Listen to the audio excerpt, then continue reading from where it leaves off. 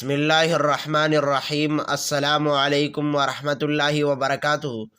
محترمو مسلمانانو رونو او خويندو، کچرته غواړئ چې یو بهترینه نوکری، یو بهترین ملازمت هغه په لاس باندې راشي او د هغې دپاره تاسو خپل کوشش هغه کوئ، خو چرته چې درخواست ورکوئ د نوکرۍ دپاره یا ټسټ وغیره ورکوئ، نو په هغې کې ناکامي هغه مخې ته راځي او دارنګې هغه قبلیږي نه او دارنګې هغه پاس کیږي نه، نو د هغې دپاره درته یو بهترینه زبردسته وظیفه هغه ښیمه انشاءالله الرحمن د الله رب العزت په فضل باندې.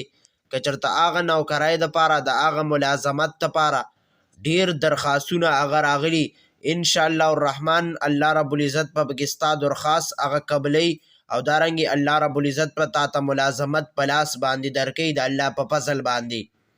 خو شرط اولنی دا دی چې د درخواست ورکولو نه مخکې ستا محنت ومي او که نه یوازې په وظیفو باندې او دارنګې یوازې په دعاګانو باندې کار نه کیږي چې یاره ته به وایې چې یاره زه به درخواست ورکمه، دارنګې زه به ټسټ ورکمه او دارنګې محنت ولا نه کوې، نه چې څه ناسه محنت هغه دې کړی او دارنګې بیا دا دعاګانې هغه لولې، انشاءالله الرحمن د الله په فضل باندې به ستا ټسټ هغه پاس کیږي، الله رب العزت په تعالی په هغه ځای کې ملازمت او نوکري هغه هم درکوي. خو هغه محنت اول شرط دی.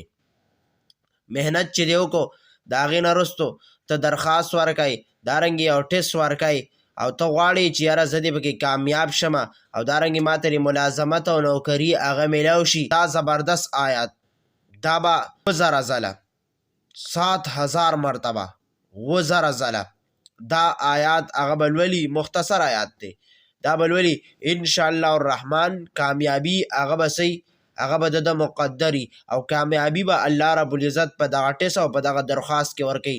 3 ورځې به دا وظیفه کوي، 1000 ځله به دا آیات مبارکه هغه لولي. نرفع درجات من نشاء وفوق كل ذي علم علیم. دا آیات مبارکه دا به 1000 ځله 3 ورځې هغه مسلسل لولي، انشاءالله الرحمن کامیابي هغه به ورته میلاویږي. السلام علیکم ورحمت